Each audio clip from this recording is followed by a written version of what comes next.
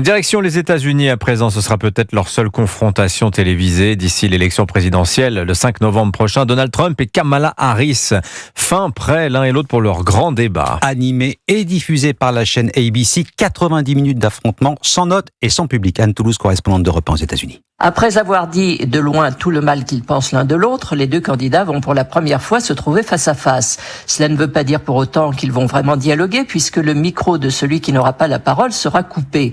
Le camp Trump a insisté là-dessus, de même que sur l'interdiction de consulter des notes écrites. Cela avait réussi à Donald Trump lors du précédent débat, où il était face à Joe Biden. Il a l'avantage de la familiarité avec l'exercice. C'est la 7e fois qu'il débat dans ce cadre, un record dans l'histoire des campagnes américaines, alors que c'est une première pour la candidate démocrate. Elle ne manque pas pour autant d'expérience. En 2020, lors du débat vice-présidentiel avec Mike Pence, elle s'est souvent adressée par-dessus sa tête à Donald Trump pour dire qu'il était corrompu et antipatriotique. Ses performances passées montrent qu'elle a l'art des phrases qui font mouche, mais qu'elle peut être ambiguë dans ses explications. Un débat se joue aussi sur l'image. En 2000, Al Gore avait perdu des points en levant les yeux au ciel à chaque fois que George Bush parlait. Débat diffusé la nuit prochaine. Anne Toulouse, correspondante d'Europe 1 aux États-Unis.